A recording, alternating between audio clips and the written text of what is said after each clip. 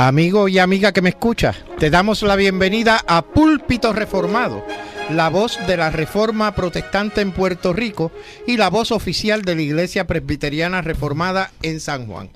Te habla el diácono Ángel Carrasquillo y te invitamos a que en la próxima hora nos acompañes para que oigas palabra de Dios. Busca tu Biblia, la palabra de Dios, la palabra que no se equivoca, la palabra que no vuelve atrás vacía. Esa palabra que es como espada de dos filos, la espada del Espíritu que llega a lo más profundo del ser humano por el mismo poder del Espíritu Santo. Sí, quédate con nosotros para que aprendas de esa palabra que no se equivoca, de esa palabra que es eterna. Esta noche me acompañan el hermano Andrés Martínez. Dios bendiga a todos los que nos oyen.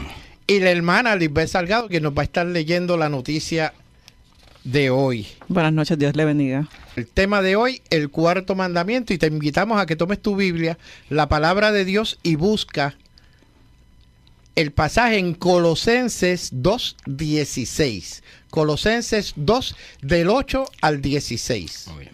El hermano Andrés Martínez hace lectura de la misma. Dice así la Escritura: Mirad que nadie os engañe por medio de filosofías y huecas sutilezas, según las tradiciones de los hombres, conforme a los rudimentos del mundo, y no según Cristo. Porque en él habita corporalmente toda la plenitud de la deidad. Y vosotros estáis completos en él, que es la cabeza de todo principado y potestad. En él también fuisteis circuncidados, con circuncisión no hecha a mano, al echar de vosotros el cuerpo pecaminoso carnal en la circuncisión de Cristo, sepultados con él en el bautismo, en el cual fuisteis también resucitados con él, mediante la fe en el poder de Dios, que le levantó de los muertos. Y a vosotros, estando muertos en pecados, y en la incircuncisión de vuestra carne, os dio vida juntamente con él, perdonándoos todos los pecados, anulando el acta de los decretos que había contra nosotros, que nos era contraria, quitándola de en medio y clavándola en la cruz. Y despojando a los principados y a las potestades, los exhibió públicamente, triunfando sobre ellos en la cruz. Por tanto, nadie os juzgue en comida o en bebida, o en cuanto a días de fiesta, luna nueva o días de reposo. Amén. Hermano, a veces pensamos en esto de que el tema de hoy es el cuarto mandamiento acerca del día de reposo. Sin embargo, la lectura, pues hasta el final no nos habla acerca del día de reposo, y es por una razón en particular.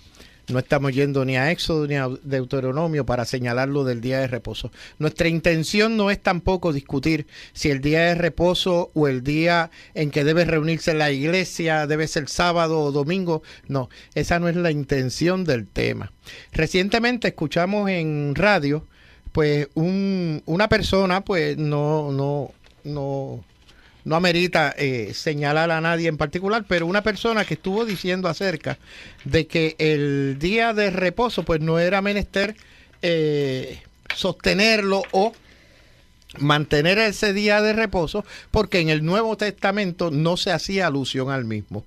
Y utilizó este versículo, el 2:16, por tanto nadie os juzgue en comida o en bebida, o en cuanto a días de fiesta, luna nueva o días de reposo, todo lo cual es sombra de lo que ha de venir, pero el cuerpo es de Cristo.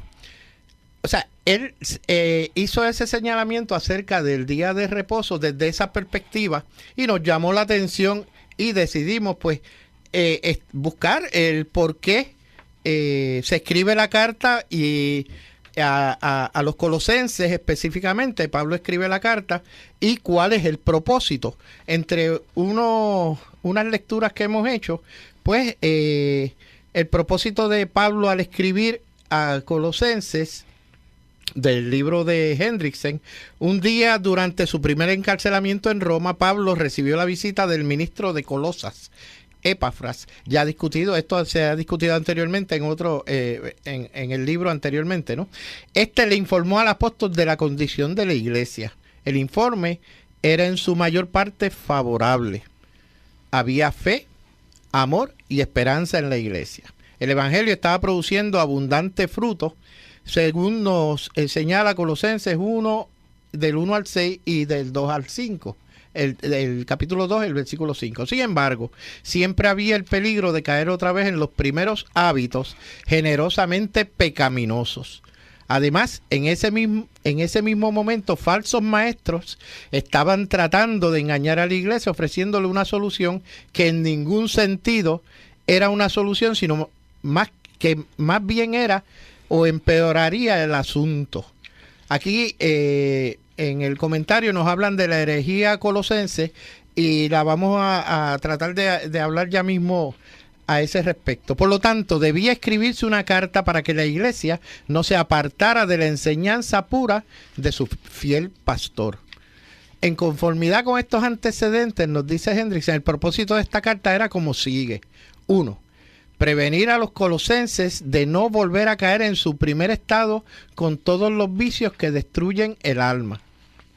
Y de la solución que trataban de introducirles los que se rehusaban a reconocer a Jesucristo como el completo y suficiente Salvador.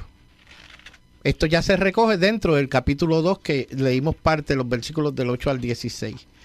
El segundo punto era dirigir la atención de ellos al Hijo del amor de Dios, de tal forma que ellos pudiesen confiar en Él, amar y adorarle como la misma imagen del Dios invisible, el primogénito de toda la creación, la cabeza de la iglesia, aquel que en todas las cosas es preeminente y en quien, y en Él solo, los creyentes pueden alcanzar su plenitud. También está el otro punto y tercero, realzar entre ellos el prestigio de su fiel ministro, Epafras, quien aunque ahora estaba con Pablo en Roma, se unía a otros para enviar saludos y siempre luchaba en oración por ellos y estaba lleno de una preocupación muy profunda por ellos. En vista del hecho de que Tíquico era el portador de la carta a los colosenses y también de la carta dirigida a Filemón, que es la otra carta que Pablo también escribe. Recuerden que estas cartas están escritas durante el encarcelamiento de Pablo, un miembro de la iglesia de Colosas y propietario del esclavo Onésimo, quien estaba siendo devuelto a su amo. Debemos añadir un cuarto punto a las tres que ya hemos mencionado, a saber, enfatizar entre los colosenses la virtud del perdón y la bondad. La expresión de John Knox no es demasiado fuerte. Dice, el contenido total de la carta a los colosenses está más o menos dominado por el interés de Pablo en Onésimo. Esto podría justificar al menos en parte el hecho de que el apóstol escriba detalladamente sobre la importancia de mostrar afecto de corazón y también el hecho de que emplee considerable espacio para la relación entre esclavos y amos. 5 versículos, 4 de los cuales son bastante largos. Mientras habla sobre la relación entre esposos y esposas y sobre la relación entre hijos y padres. Todos juntos son solo 4 versículos cortos en contrato con Efesios 5:22 al 6:4, etcétera, etcétera, etcétera. En otras palabras, estamos siendo abordados por fuerzas extrañas dentro de la iglesia de Colosas. ¿Para qué? Para hacer cambiar la mente o la mentalidad de volverlo a los colosenses a su antiguo estado de pecaminosidad. Y eso es lo que Pablo quiere evitar, tratando al escribir esta carta, para evitar que ellos vuelvan a caer. Hay una cosa que se ve muy claramente en los versos, y es que se puntualiza de manera enérgica la singularidad del cristianismo, ¿no? O del Cristo que está predicando Pablo. Y entonces, por eso en el verso 8 exhorta que estemos en vela, que estemos pendientes, que seamos atalaya, para no ser engañados por medio de filosofías y huecas sutilezas, según las tradiciones de los hombres, conforme a los rudimentos del mundo, y no según Cristo.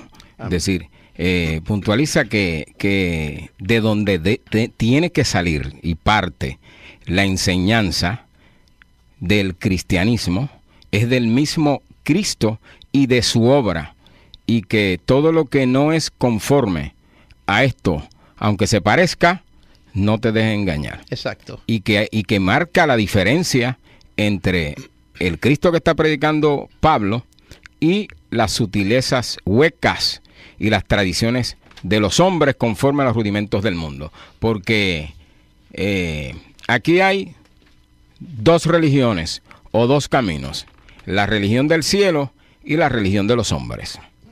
Exacto. ¿Qué ocurría en Colosas? Básicamente, estaban recibiendo influencias negativas de dos grupos adversos o ajenos a la corriente doctrina cristiana, ¿no? Y una era de los judaizantes, la otra del gnosticismo, que en una forma u otra apelaban o apoyaban, y en algunos momentos hasta trataba el gnosticismo de agenciárselas con los judaizantes para tratar de llevar un mensaje incorrecto a esa población y tratarlos de hacer regresar a lo que antes tenían. De estos judaizantes, principalmente el efecto básico que ellos tenían, o de efecto contrario, era el tratar de volver o que se aplicara la ley de Moisés como una base, por ejemplo, en la circuncisión, entre otras una cosas. Una mezcla, un sincretismo. Exacto, con respecto a cómo ganar la salvación. De manera que Cristo no era el principal objetivo, sino ya pasaba a segundo plano la figura de Cristo, y entonces hacíamos de la ley de los hombres el concepto principal. Un complemento. Exacto. Y entonces, al hacer eso, ya estábamos pasando o relegando un segundo plano la figura de Cristo. Y la obra de Cristo. Y la obra en la cruz principalmente. Y la divinidad de Cristo también. Eso era por parte de los gnósticos principalmente, que eran los que trataban de disminuir esa imagen de Cristo, dado que los gnósticos pues pensaban que la carne y todo pues era pecado, era malo. Pues hacia este propósito, como estábamos mencionando, o con este propósito en mente, la carta a los Colosenses es escrita en términos generales, ¿no? Combatiendo estos dos impulsos o estas dos corrientes ajenas al cristianismo. Y debo mencionar que los judaizantes ya eran cristianos que estaban dentro del cristianismo, ¿no? Pero ellos querían establecer los preceptos de la ley o los conceptos de la ley, como ya mencioné, la circuncisión como uno de los que más llama la atención, porque esa obra era la que garantizaba la salvación, relegando a ese segundo plano que mencionábamos a la obra de Cristo en la cruz. Más bien era como complementario, ¿no? Sí. Ya Pablo se había encontrado en el libro de los Hechos, y Pedro también, con la situación de los judaizantes que estaban dentro de la iglesia, se habían convertido, creían, ¿verdad?, convertido entre comillas, en Cristo como, ¿verdad? Pero había que tener a Cristo, pero también había que tener la ley de Moisés con toda su o principalmente el ritual, ¿no?, de la circuncisión. El aspecto es decir, que los unieron, iban juntos, Cristo y Moisés, en la misma carreta, en el mismo carro, y sin esos dos, pues no era posible la salvación. Definitivamente, o sea, para ellos, para ese propósito específico, no era posible, porque ellos, pues, al entender que no se podía el cristiano de ese momento alejar de la ley de Moisés, porque era la base que ellos entendían y lo suficiente para alcanzar esa salvación. De manera que todas estas cosas mezcladas entre una cosa y otra, pues es lo que Pablo percibe, lo cual debe atacar, que es lo que debe atacar acerca de la iglesia de Colosas en ese momento. Así, con esta idea en mente, me gustaría ir al versículo 16 específicamente, respecto a esos... a la declaración que hace el texto. Exacto. En términos de tratar de desmenuzar un poquito, porque es que esto es parte de los conceptos que se estaban o se querían esgrimir para convencer al cristiano de ese entonces a que volviera a la ley de Moisés y no solamente se dejara guiar por el mero hecho de Cristo como la base, como esa roca. Eso no era correcto para el concepto judaizante del entonces. Por tanto, nadie os juzgue en comida o en bebida. Se decía, recuerden que dentro de la ley de Moisés habían unas prohibiciones específicamente. Unas prescripciones. Exacto. Que Dios había hecho dentro de la ley ¿para qué? Para prever que el israelita cayera en las prácticas de las tribus o las sectas o los grupos que existían alrededor del territorio que era ahora Israel. En ese momento o en ese entonces, Dios estableció unos preceptos, unas comidas, unas cosas, o sea, una línea a seguir con el propósito de evitar que los israelitas cayeran en esa línea a seguir, ¿no? No, una de las cosas que presenta el texto es que todas estas cosas y todas estas prescripciones en la ley eran nada más que todo el ritual, ¿no?, de la ley de Moisés. Eran símbolos, ¿no?, que señalaban al verdadero sacrificio o el verdadero ritual, ¿no?, que se iba a cumplir en la persona de Cristo con su muerte. Por eso Pablo habla de que Cristo es nuestra circuncisión, que fuimos sepultados y el bautismo viene a ser la señal de este nuevo pacto. Amén. Y que nuestra circuncisión es la nueva criatura. O sea, Cristo muriendo en la cruz provee a nosotros una regeneración, un nuevo nacimiento, ¿no? Y en la misma cruz, de manera objetiva, ¿no?, y forense, Él realiza esa circuncisión que implica su muerte, ¿no?, en la cruz, y asimismo anula todos los decretos que habían contra nosotros, porque Él los cumplía, ¿no?, o los cumplió. Y entonces ya no va a ser absolutamente necesario realizar ninguna de esas cosas, porque Cristo es el cuerpo y la sombra de ese cuerpo eran ese ritual antiguo testamentario. Pero el cuerpo es de Cristo, por eso dice el cuerpo es de Cristo. Y eso es la sombra nada más del cuerpo de Cristo. Esa sombra señalaba al cuerpo que es Cristo, ¿no? A la persona de Jesucristo. Al que habría de venir en aquel entonces. William Hendrickson nos dice, el aspecto judío de la herejía de Colosas se deja ver aquí claramente, cuando Pablo dice, por tanto no permitáis que se os juzgue en asuntos de comida o bebida, o en cuanto a una fiesta o luna nueva o días de reposo. Nos dice, no obstante, también es evidente que este error iba más allá de ser una mezcla de religión judía y cristianismo, a lo cual se le llama judaísmo, ya que los falsos maestros de Colosas no solo juzgaban a los hermanos sobre asuntos de comida, sino también en cosas de bebida, a pesar de que con respecto a esto último, el Antiguo Testamento contenía muy pocas prohibiciones, aunque está por demás decir que la falta de moderación se condena vigorosamente. En cuanto a la comida, parece que los falsos maestros habían colocado sus propias regulaciones por sobre las leyes que el Antiguo Testamento había dado sobre animales limpios e inmundos. También habían tratado de imponer ciertas restricciones en conexión con algunas fiestas.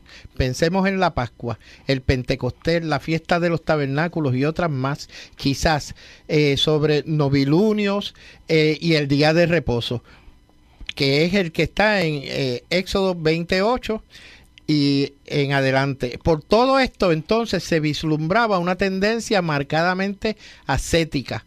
El propósito principal que tenían los falsos maestros al poner tanto énfasis en todos esos reglamentos era convencer a los colosenses que para alcanzar la salvación se necesitaba y era imprescindible guardar estrictamente todas estas prescripciones, y si no para la salvación como tal, por lo menos para la plenitud, la perfección de la salvación.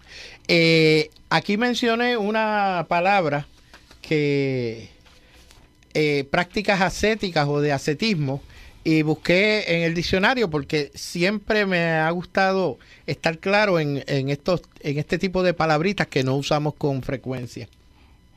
Dice, ascetismo es el ejercicio y práctica de un estilo de vida austero y de renuncia a placeres materiales con el fin de adquirir unos hábitos que conduzcan a la perfección moral y espiritual.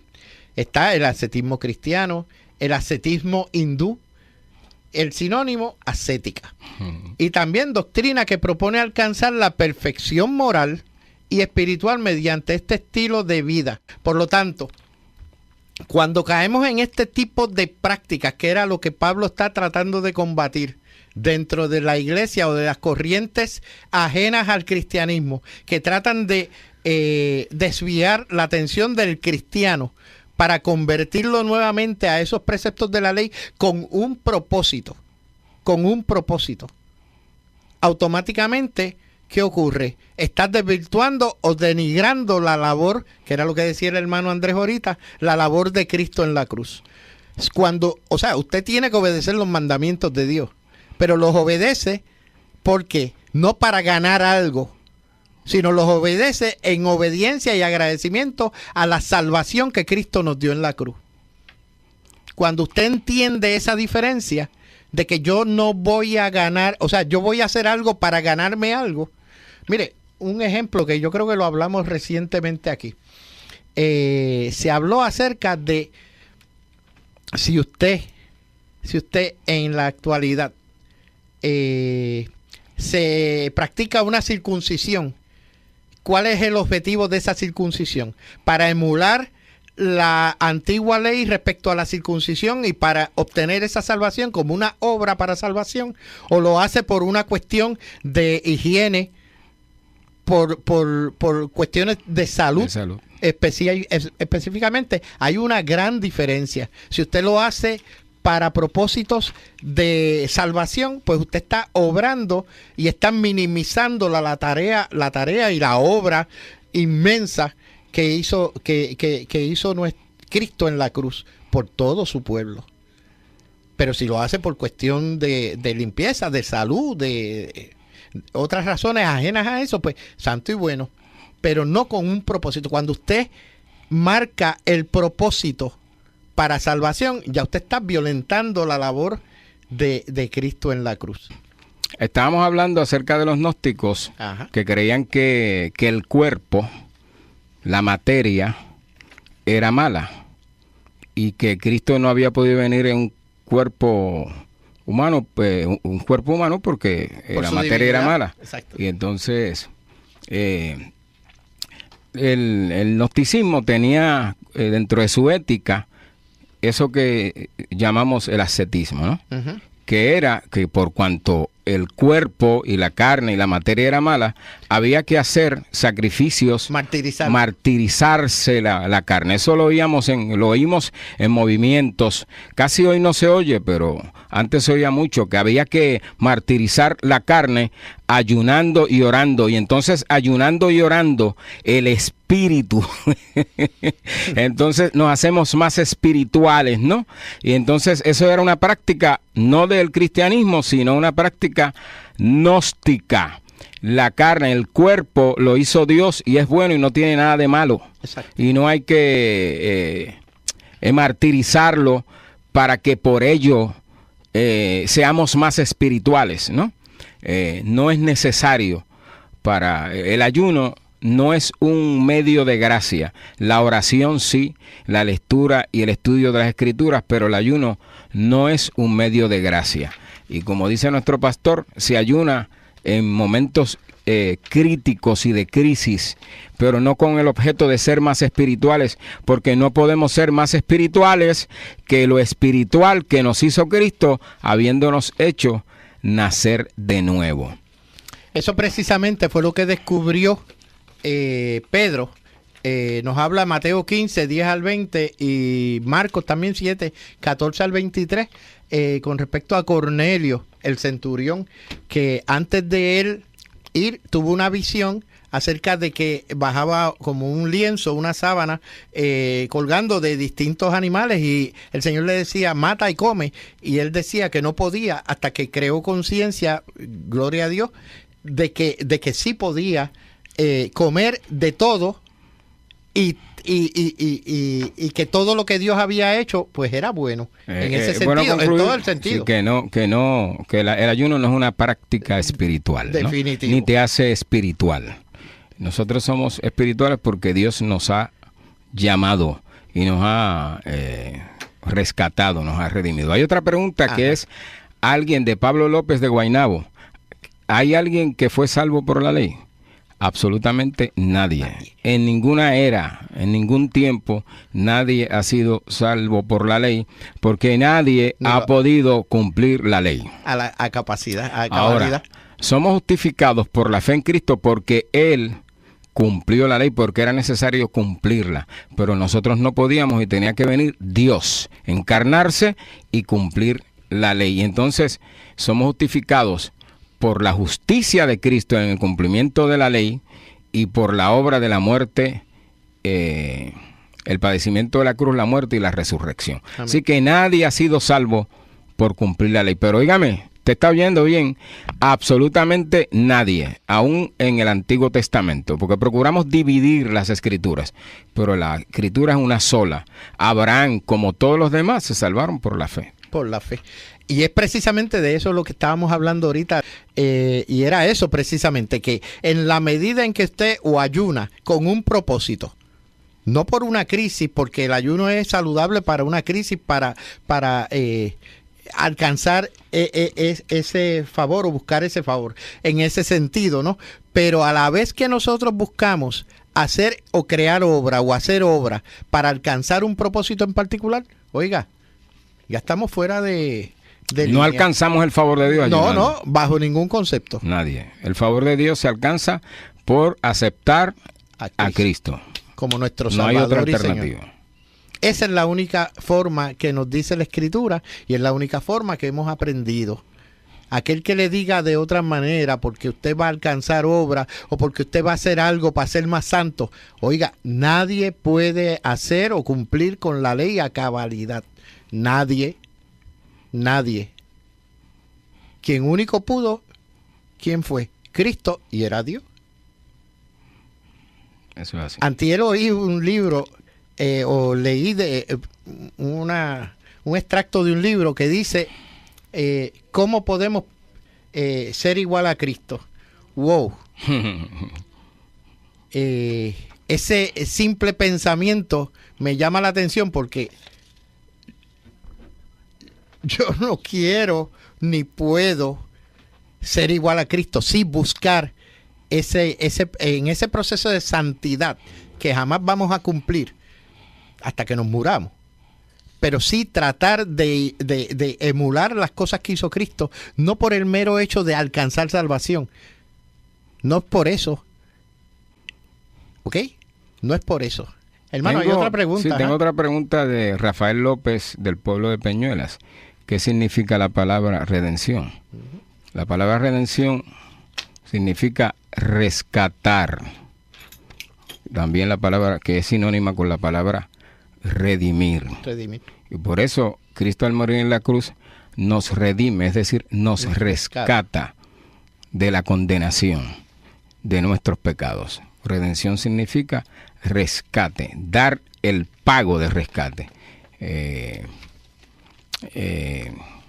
el Antiguo Testamento había formas en las que las personas eran redimidas por algunos sacrificios, y porque ya hemos dicho, estos simbolizaban a Cristo, y entonces habría que pagar. ¿Por qué había que pagar? Porque habíamos violentado la ley y la paga del pecado es la muerte, y Cristo viene y da ese pago, muere por nosotros. Y al pagar rescata por los que Él murió. Amén. Esas preguntas me llaman la atención en el sentido de que hay una inquietud. Hay una inquietud y ese es el propósito de este programa. Cuando usted tiene esa inquietud, usted tiene que buscar quien pueda contestarle leyendo de las Escrituras, porque esa es la única fuente que le contesta todas y cada una de sus preguntas, hermano. ¿Okay? Nosotros hemos pues tenido una bendición que el Señor ha puesto en nosotros para propósitos de conocimiento, y quisiera pues orientarles, no, exhortarles a que busquen de la Escritura, a que busquen de la palabra, que busquen, que escudriñen esa Escritura y busquen ayuda cuando no tengan algo. Oiga, en un programa no quiero desviarme del tema, pero siempre lean la palabra con un diccionario al lado. Hay palabras que son un tanto difíciles de manejar porque no acostumbramos a trabajar con ellas a diario. Un diccionario de español, si puede tener un diccionario bíblico de la versión que está leyendo, mucho mejor.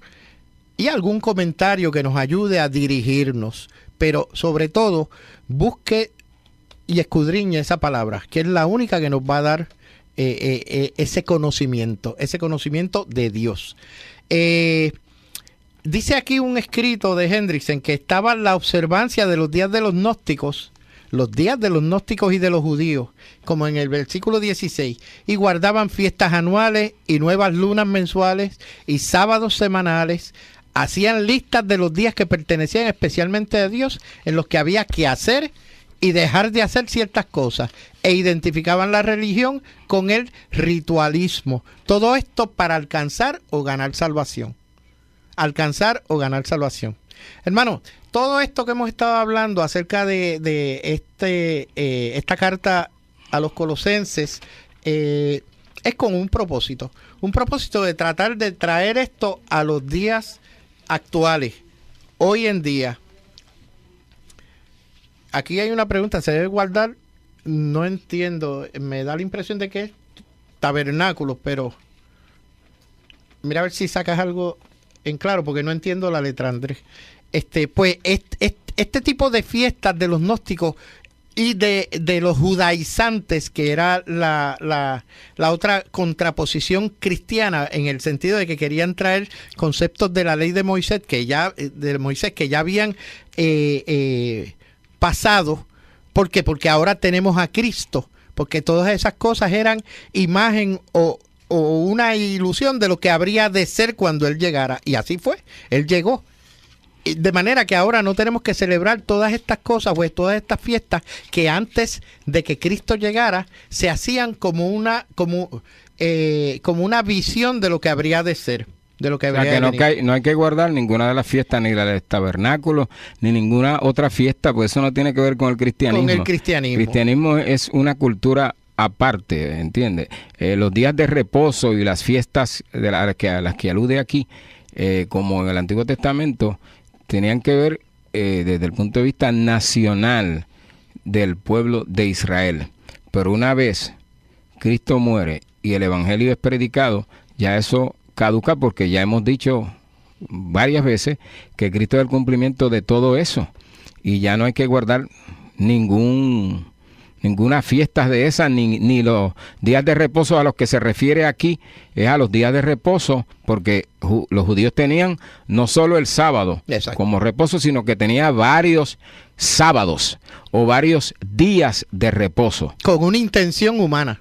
O sea, con la intención, bueno, con la que Dios la había estipulado en las Escrituras, pero no, a nosotros no nos compete, porque nosotros somos los hijos de un nuevo pacto, miembros del nuevo pacto. Y entonces esas fiestas no nos corresponden. Las fiestas nuestras son la Santa Cena y el bautismo, nada más. Los sacramentos. Y, claro está, el cristianismo festeja la Navidad. No es una fiesta bíblica, ¿verdad? No. Pero no hay ningún problema en hacerlo, porque es parte de la cultura cristiana. La crítica que hace Pablo de esta insistencia en los días es clara y lógica. Dice: habéis sido rescatados de la tiranía de las normas legales. ¿Por qué queréis esclavizaros otra vez? ¿Por qué queréis retroceder al legalismo judío abandonando la libertad cristiana? Más claro, ¿cómo es? no canta el gallo. Muy bien, pero la razón por la cual te inspiraste al tema del programa fue que... En términos de lo que te estaba hablando ahora, de lo que oí recientemente en la radio respecto a los días al día de reposo. Sí, ¿qué dijo la persona? La persona dijo que ya no era necesario obedecerlo. O sea, que... Basado en ese texto. O sea, que, mire, cuando usted está sacando de contexto lo que está diciendo el texto, porque el texto se refiere a otros días de reposo con unos objetivos en particular. No al día de reposo como el cuarto mandamiento. Y en ese sentido fue básicamente... Y lo que quiero es traer esto a la actualidad, Andrés. ¿Cómo nosotros podemos aplicar esta enseñanza que nos brinda el libro de Colosenses al día de hoy? Y creo que en una forma u otra lo hemos estado hablando. En el sentido de que, oiga, si usted va a aplicar los conceptos bíblicos con propósitos de ganar salvación, usted está errado, está equivocado. No es así. Muy bien, pero que eso no signifique que hay alguna nueva manera de guardar las fiestas, ni que hay alguna otra manera nueva en el nuevo pacto, ¿verdad? De hacer esas prácticas, porque no, eso nada tiene que ver con el cristianismo. Ni el ayuno, ni ninguna de esas cosas para ganar algo, para alcanzar una posición espiritual. Eso no tiene que ver nada con el cristianismo. Mucho menos salvación. Por eso en Colosenses, en ese mismo capítulo, bueno, oiga esto que dice el texto, Colosenses 2:10. Porque en él habita, el 9, perdón, corporalmente toda la plenitud de la deidad, y vosotros estáis completos en él. O sea, ya los creyentes están completos. O sea, no necesitamos escalar alguna posición supraespiritual. Eso eran los gnósticos que creían, había una cadena de mando, ¿no?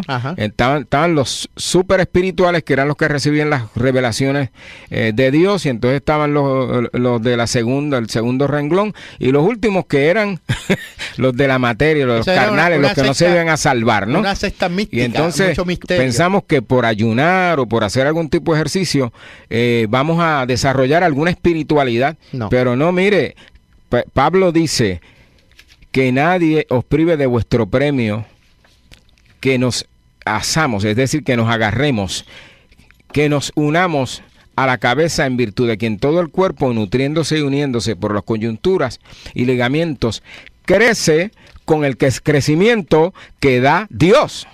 Amén. O sea, tú no creces ayunando, tú no creces guardando esos días de reposo. Tú no creces guardando ninguna fiesta, tú no creces así, tú creces haciéndote de la cabeza que es Cristo. Es importante, desde el principio dijimos, la división que hay, que tú no puedes mezclar cosas aquí. Esto es puro, tú no puedes mezclarle en ninguna otra cosa que lo que Cristo es y ha dicho. Hermano, el hermano Andrés no está diciendo que no hay que guardar el día de reposo. Ahora, cuando usted le pone un propósito para salvación o para alcanzar un objetivo, en ese sentido no es menester guardar ese día de reposo.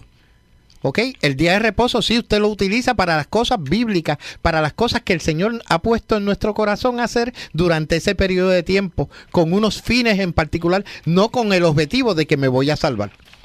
Y eso es todo lo que estamos diciendo. O sea, si usted tiene a alguien que le dice, no, que hay que hacer esto, o que hay que ayunar para alcanzar salvación, eso es obra. Ya Cristo pagó, ya nosotros no tenemos que volver a pagar porque ya Él pagó. Y como hemos dicho en el programa, por más que busquemos pagar, no vamos a alcanzar el nivel de prueba o el nivel de pago que tenemos con Dios. Oiga, estamos... y me voy a permitir embrollados con Dios, y solamente Cristo nos salva de esa embrolla.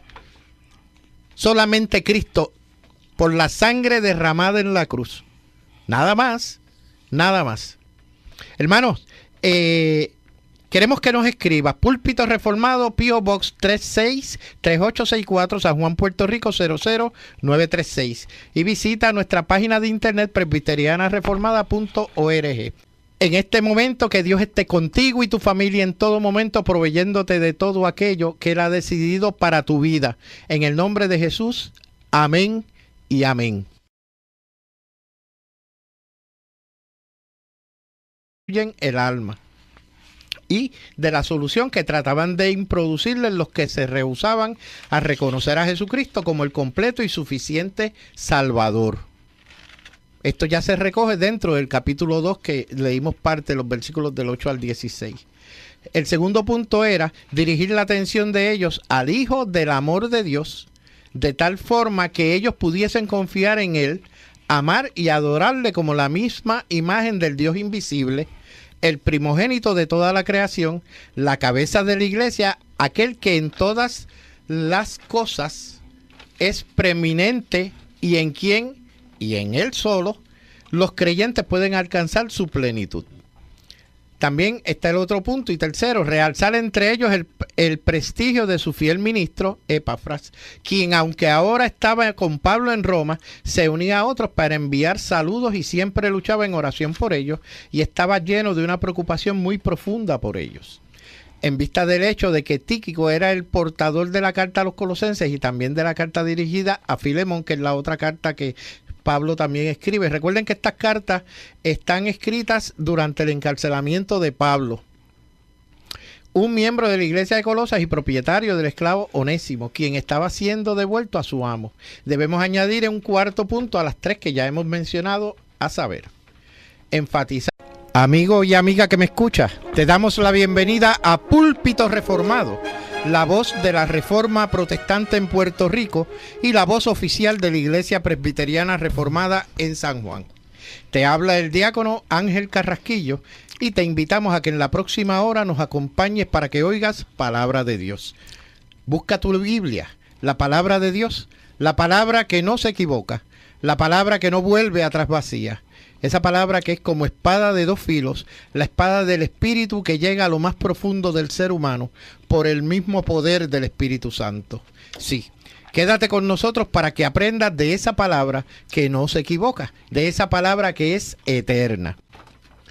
Esta noche me acompañan el hermano Andrés Martínez. Dios bendiga a todos los que nos oyen. Y la hermana Lisbeth Salgado, que nos va a estar leyendo la noticia de hoy. Buenas noches, Dios le bendiga. El tema de hoy, el cuarto mandamiento, y te invitamos a que tomes tu Biblia, la palabra de Dios, y busca el pasaje en Colosenses 2:16. Colosenses 2, del 8 al 16. Muy bien. El hermano Andrés Martínez hace lectura de la misma. Dice así la Escritura: Mirad que nadie os engañe por medio de filosofías y huecas sutilezas, según las tradiciones de los hombres, conforme a los rudimentos del mundo, y no según Cristo. Porque en Él habita corporalmente toda la plenitud de la deidad. Y vosotros estáis completos en Él, que es la cabeza de todo principado y potestad. En Él también fuisteis circuncidados, con circuncisión no hecha a mano, al echar de vosotros el cuerpo pecaminoso carnal en la circuncisión de Cristo, sepultados con Él en el bautismo, en el cual fuisteis también resucitados con Él, mediante la fe en el poder de Dios, que le levantó de los muertos. Y a vosotros, estando muertos en pecados y en la incircuncisión de vuestra carne, os dio vida juntamente con Él, perdonándoos todos los pecados, anulando el acta de los decretos que había contra nosotros, que nos era contraria, quitándola de en medio y clavándola en la cruz. Y despojando a los principados y a las potestades, los exhibió públicamente, triunfando sobre ellos en la cruz. Por tanto, nadie os juzgue en comida o en bebida, o en cuanto a días de fiesta, luna nueva o días de reposo. Amén. Hermano, a veces pensamos en esto de que el tema de hoy es el cuarto mandamiento acerca del día de reposo. Sin embargo, la lectura, pues hasta el final no nos habla acerca del día de reposo, y es por una razón en particular. No estamos yendo ni a Éxodo ni a Deuteronomio para señalar lo del día de reposo. Nuestra intención no es tampoco discutir si el día de reposo o el día en que debe reunirse la iglesia debe ser sábado o domingo. No, esa no es la intención del tema. Recientemente escuchamos en radio, pues una persona, pues no amerita señalar a nadie en particular, pero una persona que estuvo diciendo acerca de que el día de reposo pues no era menester sostenerlo o mantener ese día de reposo, porque en el Nuevo Testamento no se hacía alusión al mismo. Y utilizó este versículo, el 2:16, por tanto nadie os juzgue en comida o en bebida, o en cuanto a días de fiesta, luna nueva o días de reposo, todo lo cual es sombra de lo que ha de venir, pero el cuerpo es de Cristo.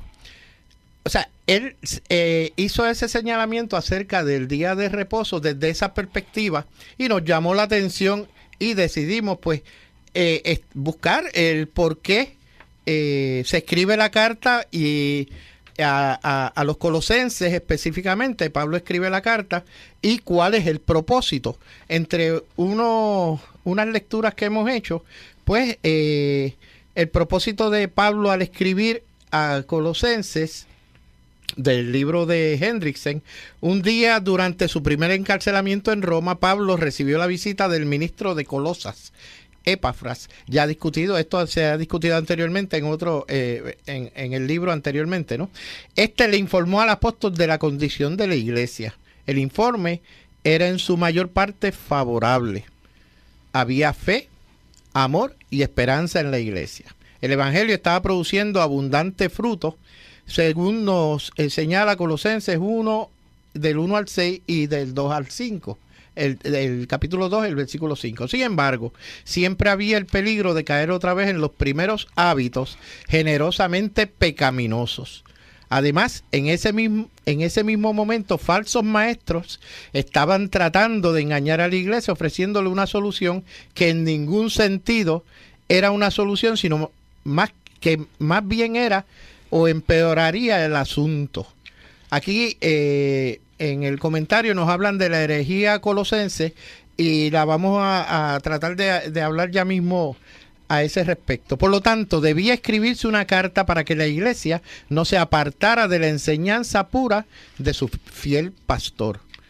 En conformidad con estos antecedentes, nos dice Hendrickson, el propósito de esta carta era como sigue. 1.